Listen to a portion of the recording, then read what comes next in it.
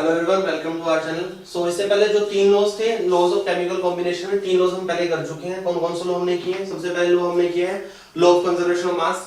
Second law हमने किया है लॉ ऑफ कांस्टेंट प्रोपोर्शन या फिर law of definite proportion. Third जो हमने लॉ किया था वो किया था law of multiple proportion. Clear? तीन लॉ हम कर चुके हैं। जो हमारा फोर्थ लॉ है, तीन लॉ हम इसमें और करेंगे। जो हम फोर्थ नंबर पे करेंगे वो करेंगे लॉ ऑफ रेसिप्रोकल प्रोपोर्शन। कौन सा करेंगे हम? Fourth law, law of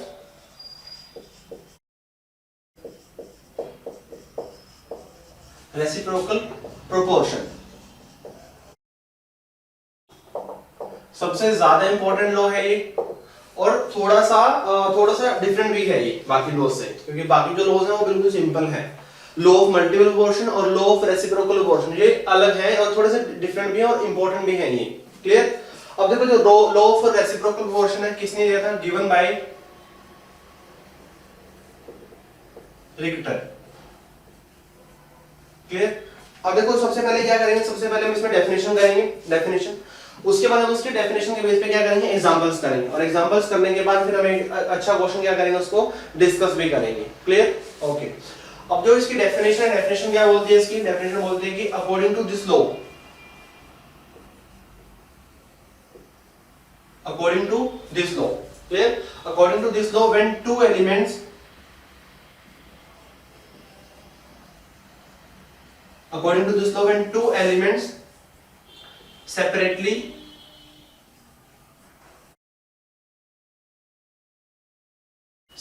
combine with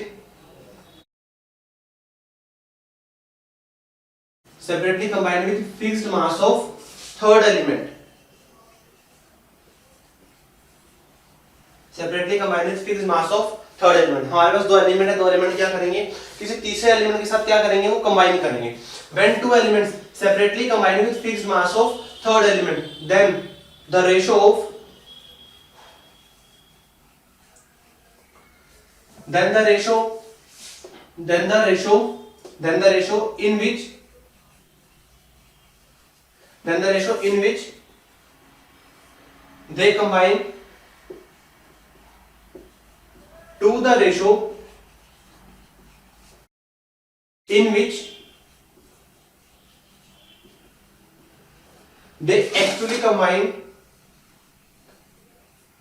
the ratio in which they actually combine bear a simple whole number ratio.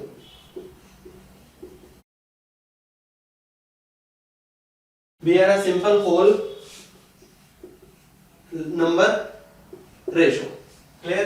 क्या कहता है? According to this law, when two elements separately combine with fixed mass of third element, then the ratio in which they combine to the ratio in which they actually combine bear a simple whole number ratio. देखो, जो definition से हमें समझ नहीं आएगा कि जो law of reciprocal proportion है वो कहना क्या चाह रहा है। हमें उसके लिए क्या करना पड़ेगा? हमें उसके लिए एग्जांपल्स को डिस्कस करना पड़ेगा। तो जैसे हम एग्जांपल डिस्कस करेंगे फिर हमें पता चल जाएगा, समझ आ जाएगा कि एक्चुअली ये कहना क्या जा रहा है। क्लियर? अब देखो, इसके अंदर क्या है? जो लॉ ऑफ रेसिप्रोकल प्रोपोर्शन है, इसमें हमारे पास तीन एलिमेंट्स होंगे।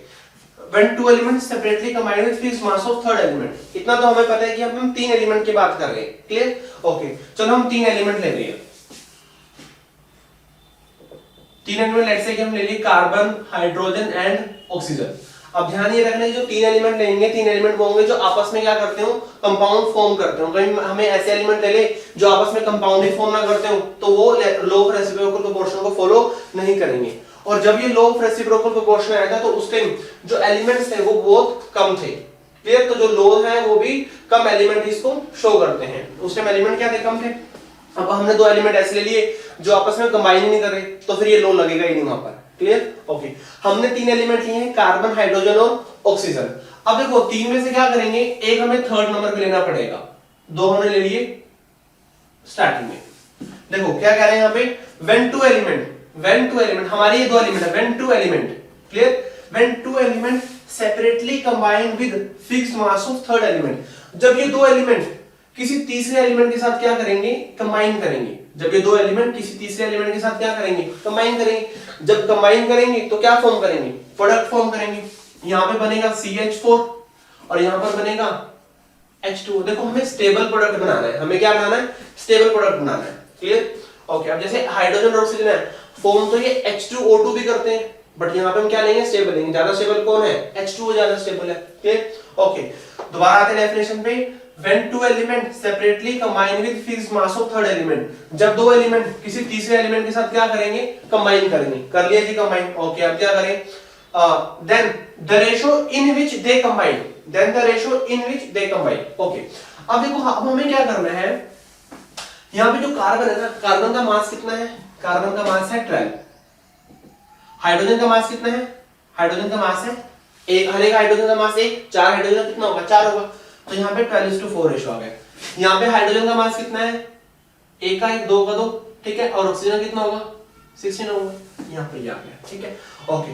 कार्बन और ऑक्सीजन आपस में भी कंबाइन करेंगे, आपस में भी तो करेंगे कंबाइन। आपस में कंबाइन करके देखो, एक CO भी देते हैं और CO2 भी देते हैं, पर स्टेबल कौन सा होगा, CO2।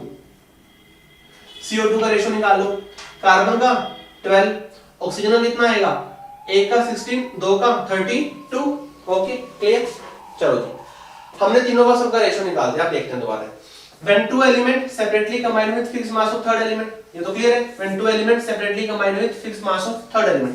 अब देखो, then the ratio in which they combine, then the ratio in which they combine to the ratio in which they actually combine, then the ratio in which they combine to the ratio in which they actually combine। देखो, जो carbon और oxygen है, carbon oxygen ने hydrogen के साथ bond, hydrogen के साथ compound form करा, और कार्बन ने ऑक्सीजन ने खुद के साथ भी कंपाउंड फॉर्म किया, CO2। क्लियर, देखो जब उसने खुद के साथ कंबाइन किया तो रेशो कितना आया, 12:32, 12:32। जब यहां से देखो कार्बन ऑक्सीजन का रेशो कितना आ रहा है, देखो यहां से कार्बन का रेशो कितना आया, यहां से कार्बन का रेशो आ रहा है 12, कार्बन का ऑक्सीजन का रेशो, कार्बन कितना आ रहा है, यहां से 12 आ रहा है, और ऑक्सीजन कितना आ रहा है, यहां से ऑक्सीजन का आ रहा है 16। तो रेशो कितना आ गया, यहां से 12:16 आ गया, रेशो कितना आ गया, यहां से 12:16। और जब ये आपस में कंबाइन किए तब रेशो क्या आया, 12:32। देखो यहां से दो रेशो आएंगे निकलकर। पहला रेशो तो आएगा जब कार्बन और ऑक्सीजन हाइड्रोजन के साथ जब कंबाइन करेंगे, तब कार्बन का और ऑक्सीजन का रेशो क्या होगा, कार्बन का यहाँ पे 12, ऑक्सीजन का यहाँ पे 16, तो कार्बन का 12, ऑक्सीजन का 16। और जब कार्बन और ऑक्सीजन आपस में कंबाइन करेंगे तब रेशो क्या होगा, 12:32। सो इनका आपस में भी क्या ले लो, रेशो ले लो। यहां से क्या आएगा, 12:32, और यहां से कितना आएगा, 12/16, ये आ गया यहाँ पे। क्लियर, 12 से 12 हो गया कैंसिल, 32 से पूरी थ्रू आउट मल्टीप्लाई करेंगे, यहाँ पे कितना आएगा, 1:2। क्या ये सिंपल होल नंबर रेशो है, तो ये सिंपल होल नंबर रेशो है। क्लियर, दोबारा देखो, when two elements separately combine with fixed mass of third element, combine करके, then the ratio in which they combine to the ratio in which they actually combine be a simple whole number ratio। जिस ratio में वो तीसरे element के साथ combine करे वहां से एक रेशो आएगा, और एक रेशो आएगा जब ये आपस में क्या करे, कंबाइन करे, दोनों का रेशो लेंगे हम, तो क्या आएगा हमारे पास, सिंपल होल नंबर रेशो आएगा। तो इसका मतलब है कि अगर सिंपल होल नंबर रेशो आ रहा है, दैट मींस ये लॉ ऑफ रेसिप्रोकल प्रोपोर्शन को फॉलो कर रहे हैं। क्लियर, एक एग्जांपल और देखते हैं। एग्जांपल हमने ले लिया, हमारे पास है कार्बन ऑक्सीजन और सल्फर ले लिया हमने, कोस कार्बन ऑक्सीजन और सल्फर। Clear, okay. चलो यहाँ पे हमने मान लिया कि सल्फर है, सल्फर क्या है, थर्ड एलिमेंट है, कार्बन और ऑक्सीजन क्या है, आपस में कंबाइन करेंगे। Clear, so when two elements separately combine with fixed mass of third element, carbon CH2 form करेगा और यहाँ पे क्या फॉर्म करेगा, SO2। Clear, when two elements separately combine with fixed mass of third element, okay. जब खुद से combine करेगा तब क्या आएगा, यहाँ पे CO2 आएगा, यहाँ से रेशो क्या आएगा, कार्बन है 12 और सल्फर कितना है, देखो जो सल्फर है, सल्फर का मास होता है 32, दो सल्फर है तो मास कितना होगा यहाँ पे 64, सल्फर कितना है यहाँ पे 32, और ऑक्सीजन का कितना आएगा यहाँ पे, वो भी 32, क्योंकि एक ऑक्सीजन का कितना होगा 16 होगा, दो का कितना होगा 32। कार्बन का ऑक्सीजन का यहाँ पे कितना आएगा, कार्बन 12 और oxygen 32, 12:32। Clear, okay.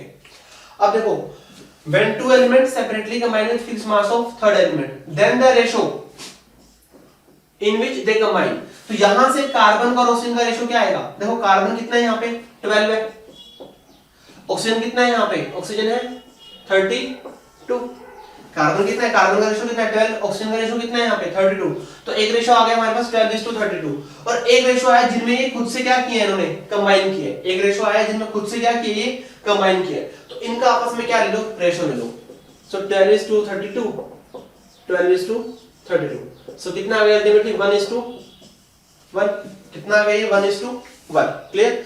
So when two element separately combined with fixed mass of third element, then the ratio यहां से रेशो निकल कर आया ये, then the ratio in which they actually combine to the ratio in which they actually combine bear a simple whole number ratio, then the ratio in which they combine to the ratio in which they actually combine bear a simple whole number ratio, इसको हम क्या बोलते हैं law of reciprocal proportion बोलते हैं, clear. तो ऐसे ही आप अपने ट्राई कर सकते हैं एग्जांपल, ऐसे आपने एक ट्राई करना है एग्जांपल, उसमें आपने करोगे आप हाइड्रोजन और सल्फर और कार्बन का कर लो, हाइड्रोजन सल्फर और कार्बन का भी आप ट्राई कर सकते हो, क्लियर। इसके बेस पे क्वेश्चन देखते हैं, अच्छा क्वेश्चन जो प्रीवियस ईयर में आया हुआ है। सो में क्वेश्चन गिवन है, क्वेश्चन क्या गिवन है कि जो मीथेन है, मीथेन कंटेन 75% कार्बन, कि जो मीथेन है उसके अंदर 75% क्या है कार्बन है, कार्बन डाइऑक्साइड कंटेन 27.27% कार्बन, जो कार्बन डाइऑक्साइड है, कार्बन डाइऑक्साइड के अंदर कितना कार्बन है और 27.27% कार्बन, और जो वाटर है वाटर में 11.11% क्या उसके अंदर हाइड्रोजन है। अब हमें शो करना है कि जो ये है ये लॉ ऑफ रेसिप्रोकल प्रोपोर्शन को फॉलो करता है, क्लियर। ओके, देखो कैसे करेंगे, हमारे पास तीन एलिमेंट गिवन है कार्बन भी गिवन है और दूसरे में भी कार्बन गिवन है, फिर क्या गिवन है हाइड्रोजन गिवन है। चलो एक बार देखते हैं, जैसे हमारे पास मीथेन है, मीथेन के अंदर क्या है CH4 है, मीथेन के अंदर क्या है CH4 है। अब देखो अगर मीथेन में 75% कार्बन है, अगर मीथेन में 75% क्या है कार्बन है, तो उसके अंदर हाइड्रोजन कितना होगा, देखो जो मीथेन है मीथेन सिर्फ कार्बन और हाइड्रोजन से मिलकर बना है, अगर उसके अंदर कार्बन 75% है तो 25% क्या होगा, ऑब्वियसली हाइड्रोजन होगा, तो इसके अंदर 25% क्या आएगा हाइड्रोजन आएगा। चलो नेक्स्ट है हमें गिवन है CO2 कार्बन डाइऑक्साइड। अब कार्बन डाइऑक्साइड में कार्बन कितना है 27.27% कार्बन है, तो उसके अंदर 27.27% कार्बन है, तो उसके अंदर जो ऑक्सीजन है ऑक्सीजन कितना होगा 100 में से जब हम 27.27% माइनस करेंगे तो कितना आएगा, ये आएगा हमारे पास 72.73% ऑक्सीजन, क्लियर। ऐसे जो थर्ड है, थर्ड क्या गिवन है हमें वाटर गिवन है, पानी गिवन है, पानी के अंदर हाइड्रोजन कितना है, पानी के अंदर हाइड्रोजन है 11.11% हाइड्रोजन, तो इसके अंदर ऑक्सीजन कितना होगा, जब 100 में से हम ये माइनस करेंगे तो हमारे पास आएगा 88.89% ऑक्सीजन, क्लियर। अब हमारे पास तीन एलिमेंट आ चुके हैं कार्बन, हाइड्रोजन और ऑक्सीजन, ठीक है। अब हमने शो कर रहा है कि ये लॉ ऑफ रेसिप्रोकल प्रोपोर्शन को फॉलो करते हैं, क्लियर। ओके, ये हो गया हमारा कार्बन थर्ड एलिमेंट, यहाँ पे आ गया हाइड्रोजन और यहाँ पर आ गया ऑक्सीजन, ये फॉर्म करेंगे आपस में H2O, ये फॉर्म करेंगे यहाँ पे आपस में CH4 और यहाँ पर फॉर्म करेंगे CO2, यहाँ पर क्या फॉर्म करेंगे CO2 फॉर्म करेंगे, ठीक है। अब देखो जो CH4 है, CH4 का रेशो कितना है, CH4 का जो रेशो है उसमें 75% कार्बन है और 25% क्या है उसमें हाइड्रोजन है, क्लियर। CO2 है, CO2 का रेशो कितना है, उसमें कार्बन कितना है, कार्बन है 27.27 और ऑक्सीजन कितना है उसमें, वो है 72.73, क्लियर। H2O के अंदर हाइड्रोजन कितना है, वो है 11.11, वो कितना है 11.11 और उसके अंदर जो ऑक्सीजन है वो कितना है 88.89, ये रेशो आ गया, ठीक है।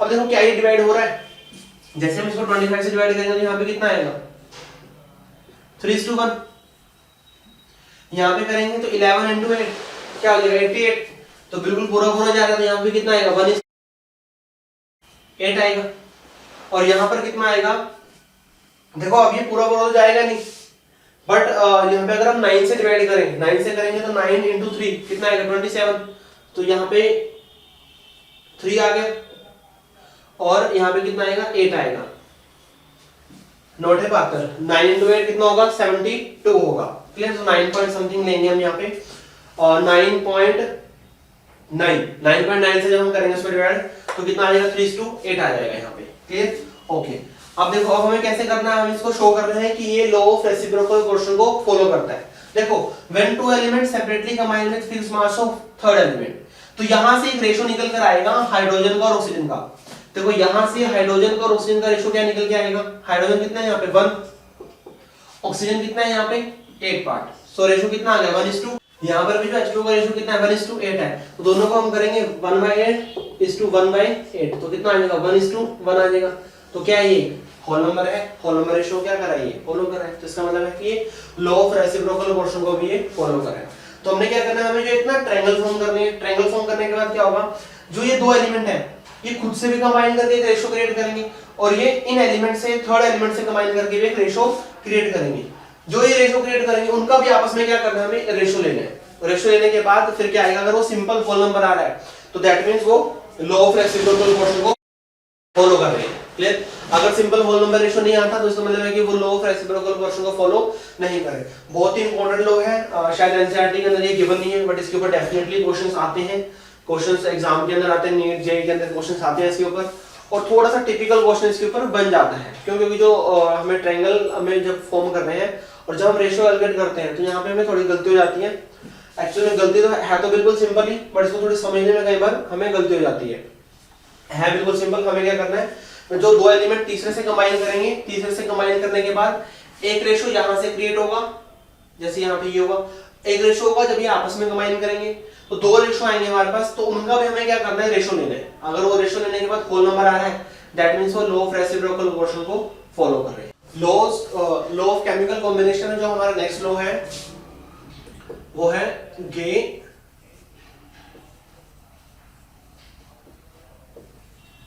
ल्यूसिक्स लॉ, गे ल्यूसिक्स लॉ, या फिर इसको बोलते हैं law of gaseous volume, law of gaseous volume. अब देखो as a name suggest law of gaseous volume, इसका मतलब है कि जो ये लॉ है, ये लॉ कहां पर एप्लीकेबल होगा, सिर्फ ये गैसेस से गैस में एप्लीकेबल होगा। So applicable only for gases। सिर्फ ये लो है गैसेस केस में लगेगा, ये सॉलिड के केस में, लिक्विड केस में ये लो एप्लीकेबल नहीं होगा। पहले एक बार इसकी डेफिनेशन देखते हैं कि लो कहता है क्या है, फिर उसके बाद हम एग्जांपल्स करेंगे। Clear?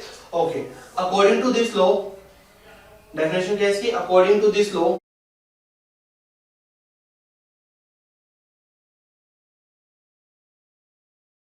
when gases react with each other,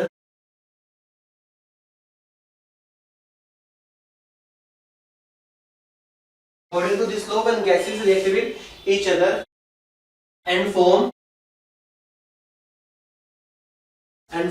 gaseous product, जब गैसेस आपस में रिएक्ट करेंगे तो क्या फॉर्म करेंगे, एक प्रोडक्ट फॉर्म करेंगे। अब लेट्स हमने अज्यूम कर लिया कि जो प्रोडक्ट है वो क्या है, गैसेस है, गैसेस ना भी हो तब भी ये लॉ एप्लीकेबल होगा। when gases react with each other and form gaseous product then they all bear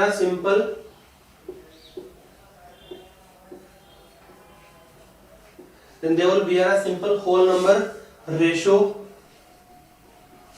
of volume, simple whole number ratio of volume to each other,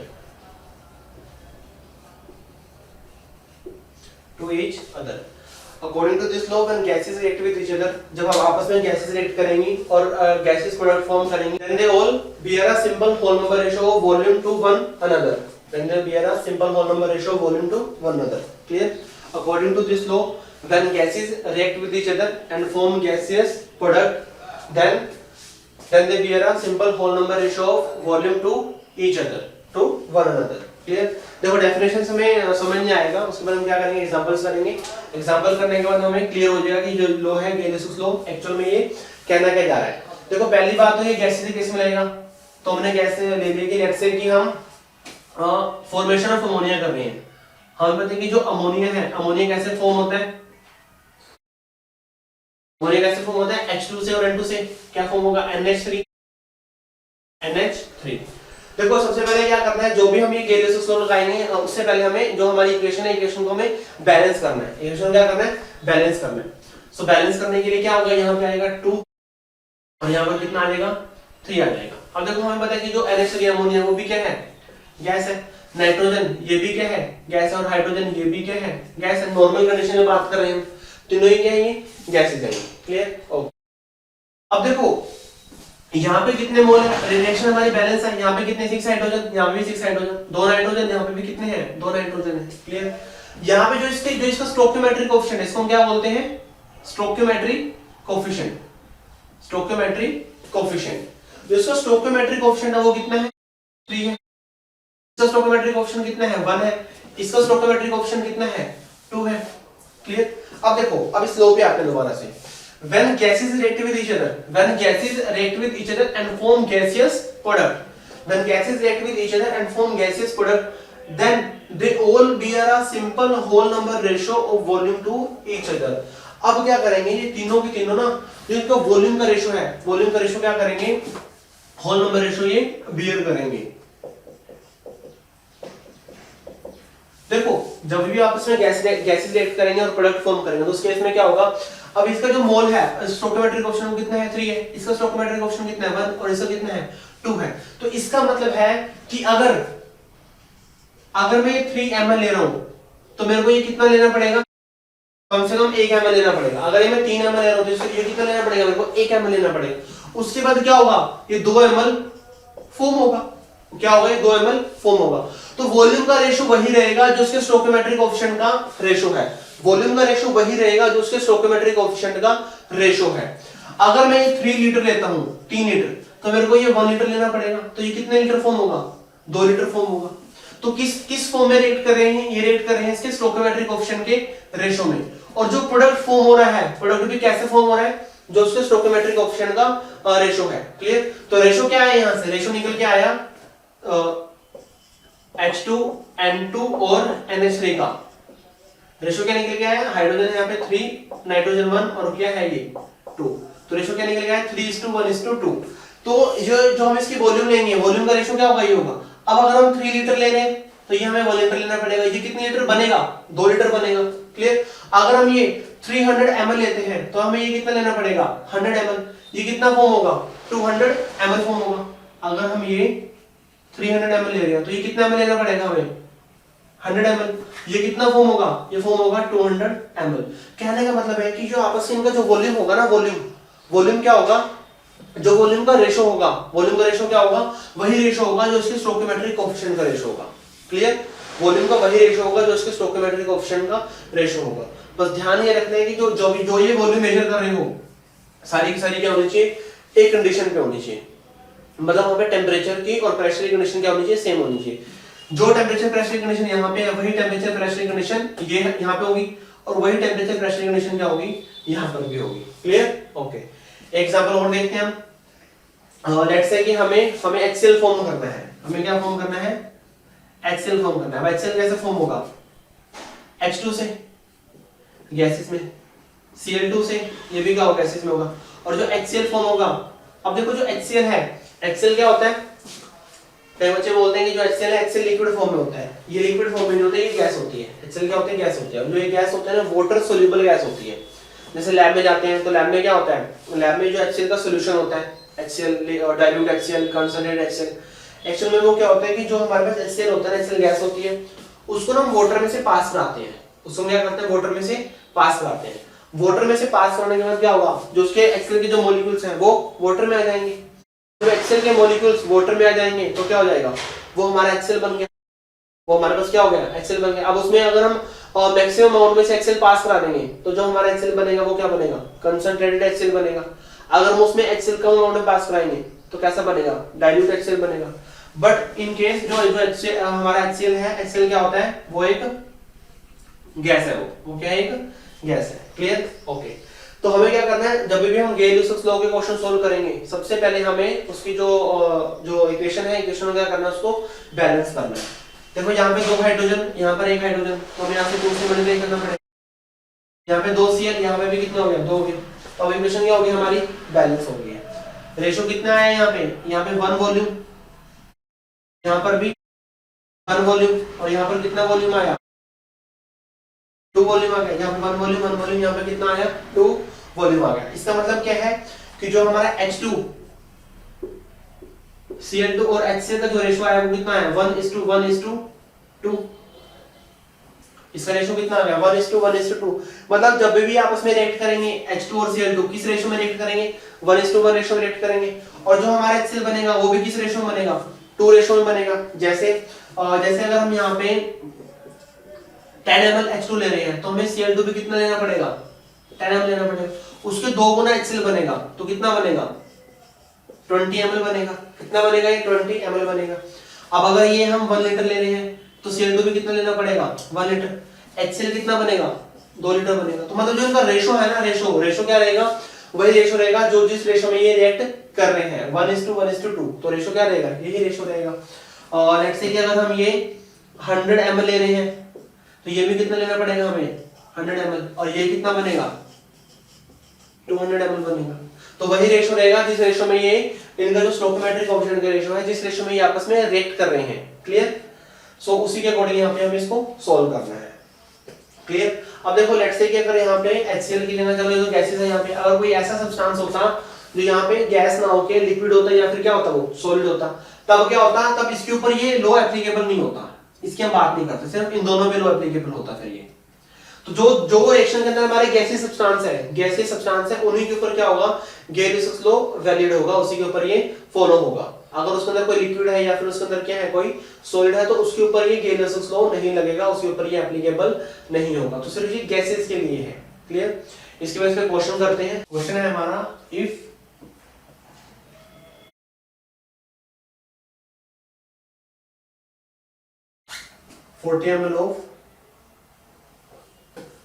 If 40 ml of acetylene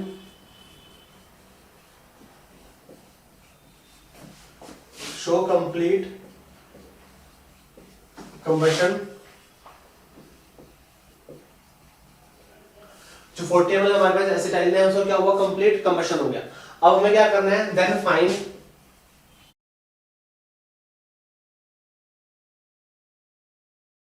find volume of O2 required and volume of CO2 produced।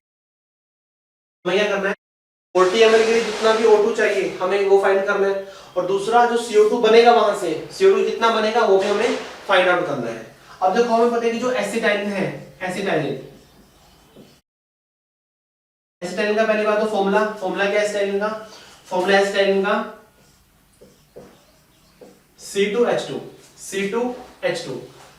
इसके बीच में क्या होता है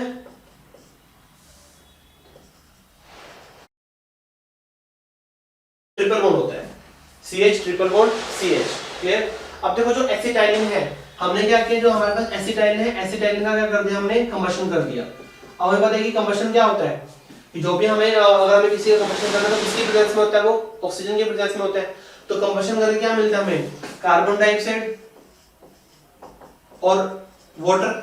अब अगर temperature कम है तो water के वेपर मिलेंगे। टेम्परेचर में अगर हम ज्यादा है तो जो वाटर है वो लिक्विड स्टेट में मिलेगा हमें। ठीक है। तो जो हमें फाइंड करना है वो एट रूम टेम्परेचर में फाइंड आउट करना है ये। क्लियर। ओके। अब देखो जो C2H2 है C2H2 क्या होगा गैसेस एसिटाइलिन क्या होता है गैस होती है ऑक्सीजन भी गैस है और कार्बन डाइऑक्साइड भी क्या है ये गैस है ये। क्लियर। अब देखो सबसे पहले क्या करना है सबसे पहले हमें इस इक्वेशन को क्या करना है बैलेंस करना है। क्या करना है हमें इस इक्वेशन को बैलेंस करना है। यहाँ पे कितने कार्बन है 2 कार्बन तो यहाँ पे क्या आ जाएगा 2 आ जाएगा।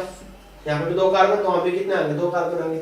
यहाँ पे कितने हाइड्रोजन है 2 हाइड्रोजन तो यहाँ पे कितने हाइड्रोजन आ गए 2 हाइड्रोजन आ गए। क्लियर। ओके। अब ऑक्सीजन की बात करते हैं यहाँ पे कितने ऑक्सीजन हो गए 2 × 2 4 और एक यहाँ पे आ गया 5 तो यहाँ पे हम क्या कर देंगे 5/2 कर देंगे क्योंकि हमें पता है कि 5/2 × में 2 अल्टीमेटली कितना आ जाएगा हमारे पास 5 आएगा 5। तो हमें O2 कितना चाहिए यहाँ पे और CO2 कितना प्रोड्यूस होगा हमें उसका अमाउंट बताना है। क्लियर। देखो सबसे पहली बात इक्वेशन हमारी बैलेंस हो चुकी है। इक्वेशन बैलेंस होने के बाद क्या होगा जो हमारा C2H2 है C2H2 कितने मोल है यहाँ पे 1 जिसका कितना वॉल्यूम हो गया 1 वॉल्यूम हो गया। O2 कितना है स्टोइकोमेट्रिक ऑप्शन 5/2 जिसका कितना वॉल्यूम हो गया 5/2 वॉल्यूम हो गया। CO2 कितना है 2 है तो यहाँ पे कितना वॉल्यूम हो गया, 2 वॉल्यूम हो गया। क्लियर। अब देखो हमें गिवन है कि जो C2H2 है एसिटाइलिन कितना गिवन हमें 40 ml गिवन है, एसिटाइलिन कितना गिवन है हमें 40 ml गिवन है। क्लियर है, ओके। अब देखो अगर हम यहां से रेशो फाइंड आउट करें, रेशो कितना आएगा, रेशो आएगा हमारा 1:5/2 और इस टू कितना आएगा 2 आएगा। ये रेशो आएगा हमारा एसिटाइलिन का, ऑक्सीजन का और C2 का। क्लियर। तो C2H2 ये रेशो आएगा हमारे पास। अब देखो अगर हम यहाँ पे क्या करें, हमें पता है कि जो हमें 1 है, 1 कितना गिवन है हमें 1 गिवन है 40, हमें क्या निकालना है 5/2 निकालना है। तो हम क्या कर देंगे 5/2 इंटू में 40, क्योंकि उसी रेशो में रिएक्ट करेंगे और यहाँ पे 2 वॉल्यूम है तो यहाँ पे कितना हो जाएगा 2 इंटू में 40, अल्टीमेटली कितना आ गया यहाँ पे 40 ml, यहाँ पे कितना आएगा 20 और यहाँ पे कितना आ गया 100 ml और यहाँ पे कितना आ जाएगा 80 ml। यहाँ पे 40 ml 100 ml और ये कितना आ गया 80 ml। तो हमें O2 कितना चाहिए, हमें O2 चाहिए 100 ml। CO2 कितना प्रोड्यूस होगा, CO2 प्रोड्यूस होगा यहाँ से 80 ml। क्लियर। तो हमें एसिटाइलिन गिवन था तो हमने O2 और CO2 निकाल लिया, क्यों, क्योंकि हम इक्वेशन क्या कर लिए बैलेंस कर लिए। तो गेल-ल्यूसिक लॉ के लिए सबसे इंपॉर्टेंट बात क्या है, सबसे इंपॉर्टेंट बात है कि जो आपकी इक्वेशन क्या होनी चाहिए, बैलेंस होनी चाहिए। आपने उसको सही से बैलेंस करना है, बैलेंस करने के बाद ही गेल-ल्यूसिक लॉ लगेगा। अगर आपकी इक्वेशन बैलेंस नहीं है तब गेल-ल्यूसिक लॉ नहीं लगेगा, वहां पे ये एप्लीकेबल नहीं होगा। सबसे पहले बैलेंस इक्वेशन पे लगता है। क्लियर। तो उसके जो स्टोइकोमेट्रिक कोएफिशिएंट होंगे वही रेशो होगा स्टोइकोमेट्रिक कोएफिशिएंट का, जो रेशो क्या होगा वॉल्यूम का होगा। क्लियर। जो रेशो यहां से निकल के आएगा वही रेशो क्या आएगा, इसका आएगा यहाँ पे। Clear. So this all about Gay-Lussac law. Next जो हमारा लॉ है वो है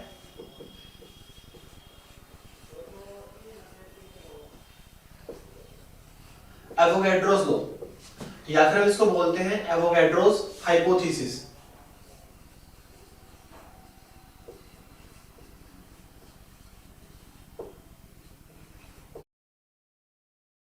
एवोगैड्रोस हाइपोथेसिस। अब देखो जो एवोगैड्रोस लॉ है या फिर एवोगैड्रो हाइपोथेसिस है, ये भी किसके लिए एप्लीकेबल है, ये भी गैसेस के लिए एप्लीकेबल है, गैस के ऊपर ही लगता है। So applicable only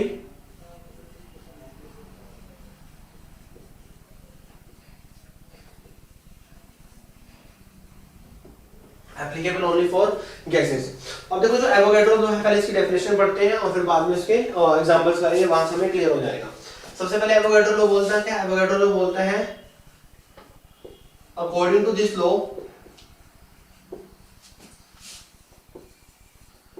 equal volume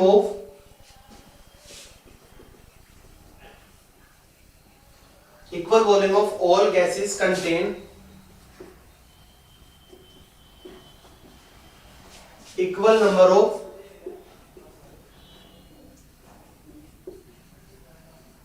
molecules। Equal volume of all gases contain equal number of molecules.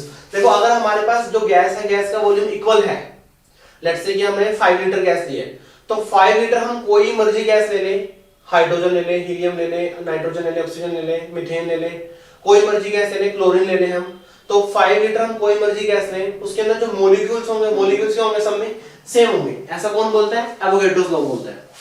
So according to this law equal volume of all gases contain equal number of molecules. पर ध्यान ये रखना may और may not be atoms, may और may not be atoms. Atom same हो भी सकते हैं और नहीं भी हो सकते। सो प्रूव भी करेंगे एटम कब सेम होंगे और कब सेम वो नहीं होंगे। At particular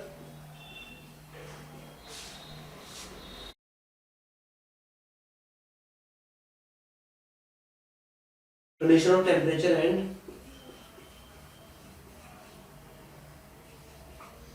at particular temperature condition of temperature and pressure। एक पर्टिकुलर टेम्परेचर पे और प्रेशर पे क्या होगा, जब हम जो वॉल्यूम है गैस का वॉल्यूम क्या लेंगे, सेम लेंगे, उस केस में क्या होगा, कोई मर्जी हम गैस लें, कोई मर्जी गैस, उससे कोई फर्क नहीं पड़ता कि जो हमारे मॉलिक्यूल्स हैं, मॉलिक्यूल्स क्या होंगे इसमें इक्वल होंगे। कैसे इक्वल होंगे पहले एक बार वो समझते हैं इसको एक बार। लेट्स से कि जैसे हमें पता है कि जो गैसेस है, गैसेस कौन सी इक्वेशन को फॉलो करते हैं, वो फॉलो करते हैं PV = nRT। गैसेस कौन सी इक्वेशन फॉलो करता है, PV is equal to nRT। अब देखो जो P है, P क्या है हमारा, P है प्रेशर, V क्या है, V है वॉल्यूम, N क्या है, N है मोल, R क्या है, R है gas constant, universal gas constant, और जो T है, T क्या है यहाँ पे, T क्या है यहाँ पर, टेम्परेचर है। क्लियर। अब देखो T टेम्परेचर है, R गैस कांस्टेंट है, गैस कांस्टेंट की हमने वैल्यूज की थी पहले, 3 वैल्यूज की थी जो यूनिट कन्वर्जन हमने की थी। N मोल है, मोल भी हमें पता है कि जो 1 मोल है, 1 मोल के अंदर क्या होता है 6.02 into 10⁻23 एंटिटीज होती हैं। अगर मैं बोल रहा हूँ कि 1 मोल एटम है तो उसके अंदर 6.02 into 10⁻23 क्या होंगे, एटम होंगे। अगर मैं बोल रहा हूँ कि 1 मोल मॉलिक्यूल है, इसका मतलब है कि 6.02 into 10⁻23 क्या उसमें मॉलिक्यूल्स है। V वॉल्यूम और P क्या है यहाँ पर, प्रेशर है। क्लियर। अब देखो, अब हम कंडीशन यूज कर रहे हैं एट STP। STP क्या होता है, STP होता है स्टैंडर्ड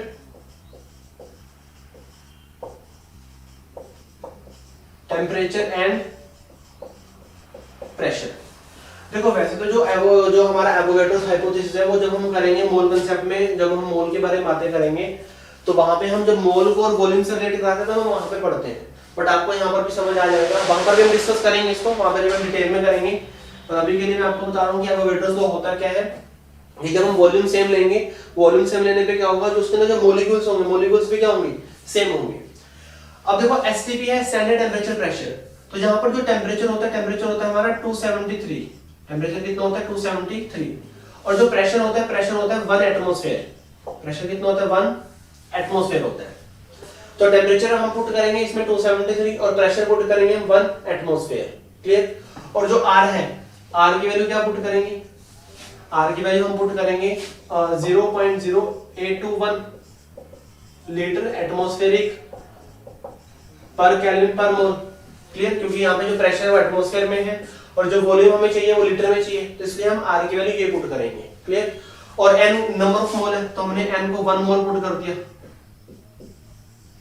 तो सारा कुछ पुट करने के बाद यहाँ पर जो वॉल्यूम आएगा हमारा 22.4 लीटर। वॉल्यूम क्या आएगा हमारा, वो आएगा 22.4 लीटर। अब देखो इसका मतलब है कि जो हमारा 1 मोल है, 1 मोल एट STP, 1 मोल एट STP उसका वॉल्यूम कितना होगा 22.4 लीटर। जो हम 1 मोल लेंगे, 1 मोल STP पे, STP मतलब क्या है, standard temperature pressure, temperature 273, pressure 1 atmosphere. तो 1 मोल अगर हम गैस लेंगे, 1 मोल गैस लेने पे कब लेंगे हम, STP पे लेंगे, तो उसका वॉल्यूम कितना होगा, वॉल्यूम होगा 22.4 लीटर। वॉल्यूम कितना होगा 22.4 लीटर। अब देखो अब 22.4 लीटर है और 1 मोल का मतलब क्या है, 1 मोल का मतलब है 6.022 into 10⁻23, 6.022 10⁻23। अब इसका मतलब है कि अगर हम 22.4 लीटर, अगर हम 22.4 लीटर, चाहे हम हीलियम गैस लें, चाहे हम नाइट्रोजन गैस लें, चाहे हम हाइड्रोजन गैस लें, चाहे हम ऑक्सीजन गैस लें, चाहे हम मीथेन गैस लें, चाहे हम क्लोरीन गैस लें, हम कोई मर्जी गैस लें, उसके अंदर क्या होगा, उसके अंदर 6.022 into 10⁻23 क्या होंगे, मॉलिक्यूल्स होंगे। कोई मर्जी हम गैस लें और जो उसका वॉल्यूम है, वॉल्यूम अगर सेम है तो उसके अंदर जो मॉलिक्यूल्स है, मॉलिक्यूल्स भी क्या होंगे, सेम होंगे। तो अगर हम 22.4 लीटर गैस ले रहे हैं तो उसके अंदर जो वॉल्यूम मॉलिक्यूल्स है, मॉलिक्यूल्स भी सब में क्या होंगे, सेम होंगे। ऐसा कौन बोलता है, ऐसा बोलता है Avogadro's hypothesis. Equal volume of all gases contain equal number of molecules, equal volume of all gases contain equal number of molecules. जब गैसेस का वॉल्यूम इक्वल होगा तो वहां पे मॉलिक्यूल्स भी क्या होंगे, इक्वल होंगे। जहां पे गैसेस का वॉल्यूम इक्वल होगा तो मॉलिक्यूल्स भी क्या होंगे, इक्वल होंगे। तो 22.4 लीटर चाहे कोई मर्जी गैस ले हम STP पे, उसके अंदर जो मॉलिक्यूल्स होंगे, मॉलिक्यूल्स कितने होंगे 6.02 into 10⁻23 होंगे, 6.02 10⁻23 होंगे वहां पे। क्लियर है। नाइट्रोजन लेंगे तब भी इतने होंगे, हाइड्रोजन ऑक्सीजन कोई मर्जी गैस ले हम क्या होंगे, इतने उसके अंदर क्या होंगे, मॉलिक्यूल्स होंगे। क्लियर है बात ये। ओके 22.4 लीटर कहां से आया, वो आया यहां से, ठीक है, यहां से आया 1 मोल का। 1 मोल का मतलब क्या था 6.02 to 10⁻23 आया। क्लियर है। ओके अब देखो जहां पे हमने लिखा हुआ है कि मे और may not be atoms, atom same हो भी सकते हैं और एटम सेम नहीं भी हो सकते।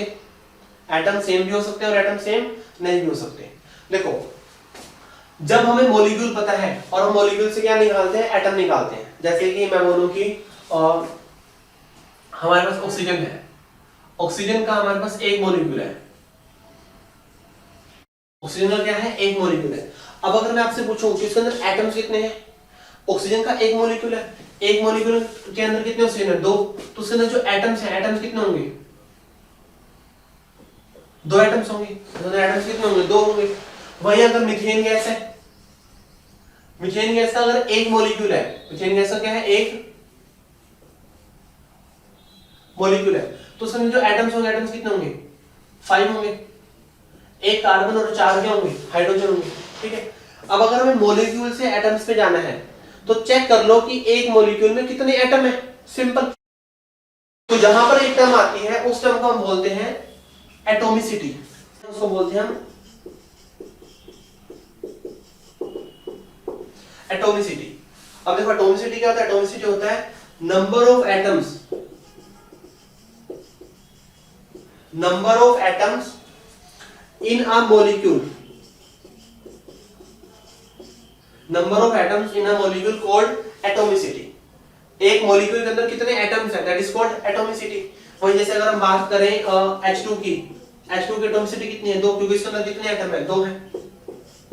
O2 की भी कितनी है, 2 है। CH4 की एटॉमिसिटी कितनी है, 5 है। CH4 की एटॉमिसिटी कितनी है, 5 है। C2H6 की एटॉमिसिटी कितनी है, 6 और 2 8 है। कितनी एटॉमिसिटी इसकी, 8 एटॉमिसिटी है। क्लियर। अब देखो, अगर हमें मॉलिक्यूल से एटम्स पे जाना है, हमें कहां से जाना है, मॉलिक्यूल से कहां जाना है, एटम्स पे जाना है। तो मॉलिक्यूल से एटम्स पे जाने के लिए हमें क्या करना पड़ेगा, हमें एटॉमिसिटी से मल्टीप्लाई करना पड़ेगा। जैसे अगर हमारे पास वाटर है, मैं कह रहा हूं कि वाटर के हमारे पास 10 मॉलिक्यूल है, वाटर के हमारे पास क्या है, 10 मॉलिक्यूल है। वाटर का फॉर्मूला क्या है, H2O। वाटर के हमारे पास 10 मॉलिक्यूल है। अब देखो वाटर की एटॉमिसिटी कितनी है, वाटर की एटॉमिसिटी है 3, 2 हाइड्रोजन और 1 ऑक्सीजन। तो अगर हमारे पास 10 मॉलिक्यूल है वाटर के, तो उसके एटम्स कितने होंगे, 3 से मल्टीप्लाई करेंगे 30 एटम्स आ जाएंगे। क्यों, क्योंकि हर एक मॉलिक्यूल से कितने एटम मिल रहे हैं, 3 एटम मिल रहे हैं। 10 मॉलिक्यूल से कितने एटम मिलेंगे, 30 एटम मिलेंगे। ठीक है, तो अगर हमें किसी के मॉलिक्यूल पता है और हमें क्या निकालने हैं, एटम्स निकालने हैं, तो हमें क्या करना पड़ेगा, एटॉमिसिटी से मल्टीप्लाई करना पड़ेगा। Clear, okay.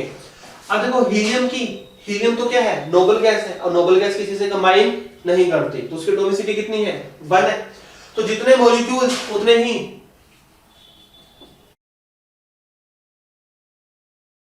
एटम्स, जितने मॉलिक्यूल उतने ही क्या होंगे, यहाँ पर एटम्स होंगे। इवन हम हीलियम को हम नॉर्मल एटम ही बोलेंगे।